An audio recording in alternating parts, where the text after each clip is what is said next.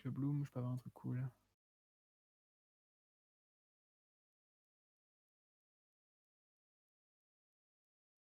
J'active le post-process. Voilà. Ça fait beaucoup de bloom.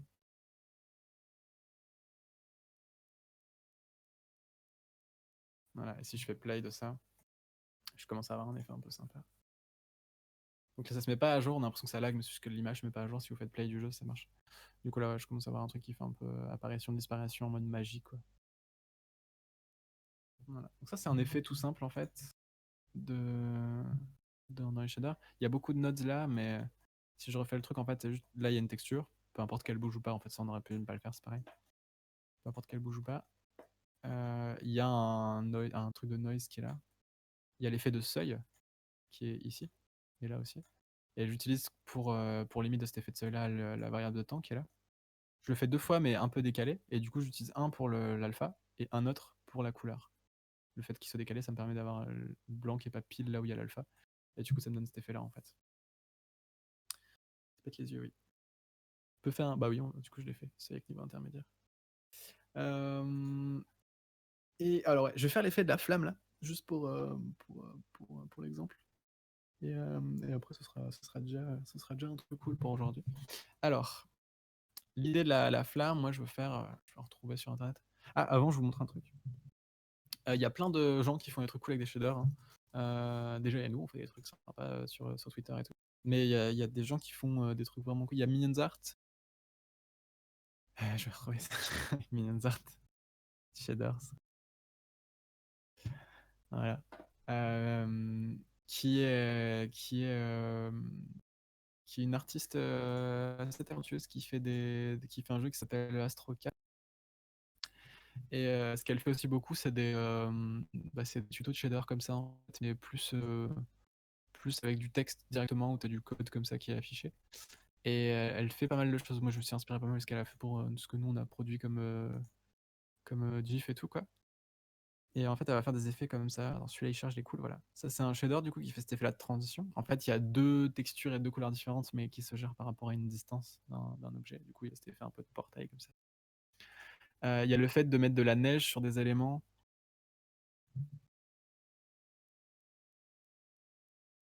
Est-ce qu'on va la voir en mieux? Non. En fait, de se servir de la direction des normales pour rajouter de la neige sur un élément. Et ça, c'est assez cool parce que je sais pas si je peux l'avoir en plus gros. Je tombe sur Pinterest, ça va être impossible. Ah voilà, c'est cool. Patreon.com. Pinterest pour retrouver l'image, c'est le pire truc.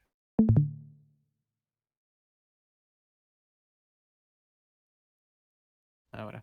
Et ça, en fait, ça se sert de la direction de l'objet. C'est-à-dire que tu peux le tourner et tout. C'est toutes les faces qui pointent vers le haut qui vont recevoir de la neige. En fait, je sais pas si elle va tourner les trucs à un moment.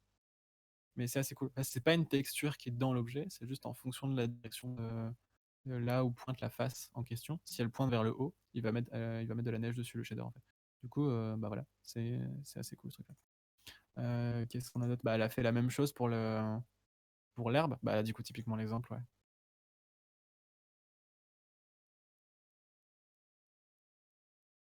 Tout le monde me parle.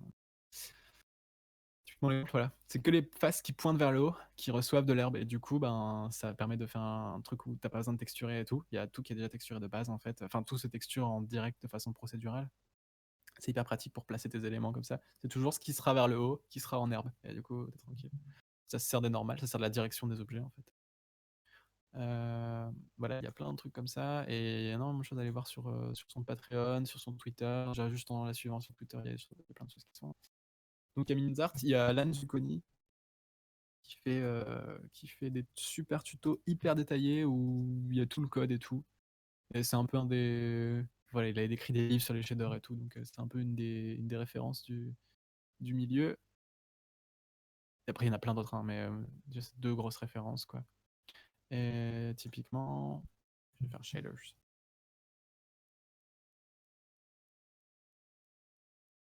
Typiquement, il a fait une série où il essaie de refaire tous les shaders de Journey. Il a fait les fenêtres. Enfin, il a pas inventé, mais il a refait les fenêtres de Spider-Man pour un tuto. Il a fait plein de trucs comme ça. Et nous, c'est sur son sueur de flamme en fait qu'on va se baser là. Fire.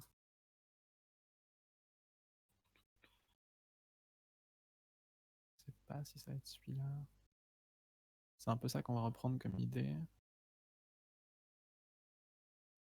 Voilà, c'est ce truc-là en fait. Donc c'est un truc comme ça qu'on va essayer de faire là. D'ailleurs, c'est pas hyper compliqué en fait. Ça me paraît, mais ça l'est pas du tout en fait. Et on va servir de ça du coup, de sa façon de faire à lui. En gros, l'idée, ça va être de déplacer du noise vers le haut. Et plus il est haut, plus on va l'atténuer en fait. Et on va très vite avoir ce côté-là en fait. Alors on va pas faire. Moi je vais le faire un peu plus cartoon. Je vais le faire juste avec une ou deux variantes de rouge et de jaune. Vous allez voir, ça va être très simple.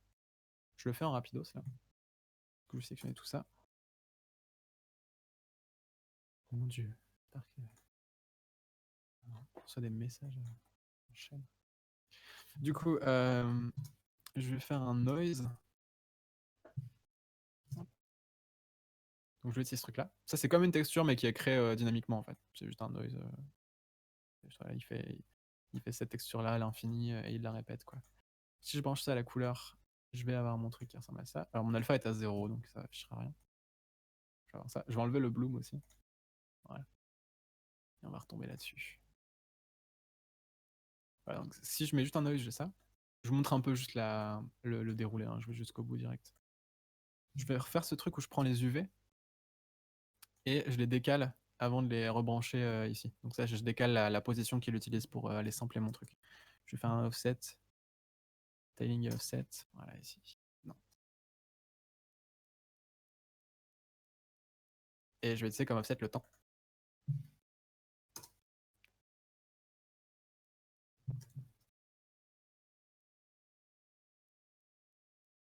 Voilà.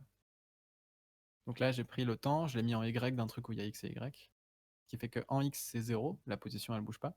Par contre, en Y, il va décaler mon truc, il va lui ajouter une valeur constamment, ce qui fait que ma texture, on a l'impression qu'elle se décale à l'intérieur du truc comme ça, en fait. Alors là, elle se décale vers le bas. Moi, il faut que je prenne le temps, il faut que je l'inverse, en fait. Il faut qu'elle se décale vers le haut, en fait. Je peux faire plusieurs trucs. Je peux multiplier le temps par -1. Du coup, au lieu de faire 1, 2, 3, il fait -1, -2, -3, -4. Comme ça. Je pourrais faire 1 moins le temps. Voilà, déjà, ça marche. Donc voilà, là, le temps, il se déplace comme ça à l'intérieur. Et si je fais save, j'ai déjà un truc qui fait ça. Je vais ensuite utiliser cette couleur-là pour osciller entre rouge et blanc. Mais déjà, je vais faire en sorte que plus ça aille vers le haut, plus ça se diminue. Plus on a un truc qui va aller vers le noir, en fait. Alors pour ça, je vais utiliser mes UV, en fait. Parce que mes UV, ils sont à 0 en bas, ils sont à 1 en haut, et il y a un genre de dégradé entre les deux, en fait. Si je prends la position de chaque point, là, elle est de haut en bas, elle est à genre à 0,25, là, elle est à 0,5. Et en fait, ça, je peux l'utiliser comme une couleur qui va de noir à blanc, qui fait un genre de dégradé vers le haut, comme ça. Je vous montre. Je prends les UV. Et que je sépare ça, je vais prendre un. Je vais faire ça. Je crois que c'est split. Voilà. Split, ça me permet de séparer les valeurs. Donc là, il me dit RGB, mais c'est aussi X, Y, Z. En fait, c'est la même chose, c'est des chiffres. Je vais prendre cette valeur-là qui est la valeur en Y. Et je vais la relier à quelque chose. Je vais la multiplier. Voilà. Ça, c'est mes UV en fait. Alors là, ils sont à 0 et ils vont vers 1. Moi, je veux l'inverse. Donc je vais les multiplier par -1. Non, ça marche pas. Ça marche pas comme ça, pardon. Je vais faire un 1 minus. Je vais faire 1 moins ce truc-là. Et du coup, ça va dans l'autre sens. Voilà. Là, plus on est haut, plus on est noir, plus on est bas, plus on est blanc, comme ça. Et du coup, je vais multiplier celle-là avec celle-là. Du coup, ça va avoir ce truc-là, mais qui est de plus en plus sombre vers le haut, en fait. Je multiplie les deux ensemble. C'est comme si je mettais ça et ça en mode produit sur Photoshop. Si l'analogie des multiplier, ajouter, etc., elle marche pas pour vous, si c'est, je sais qu'il y en a comme ça, juste les chiffres, ça passe pas. Pensez mode de fusion, en fait. Produit, superposition. Pensez masque de fusion, pensez ce genre de choses-là, en fait. Là, si je mets ça et ça en mode produit sur Photoshop, bah, j'ai ce truc-là, en fait. Comme si je mettais ce calcul en mode produit au-dessus, en fait. Et voilà, là déjà j'ai ce truc là qui est de plus en plus sombre vers le haut en fait.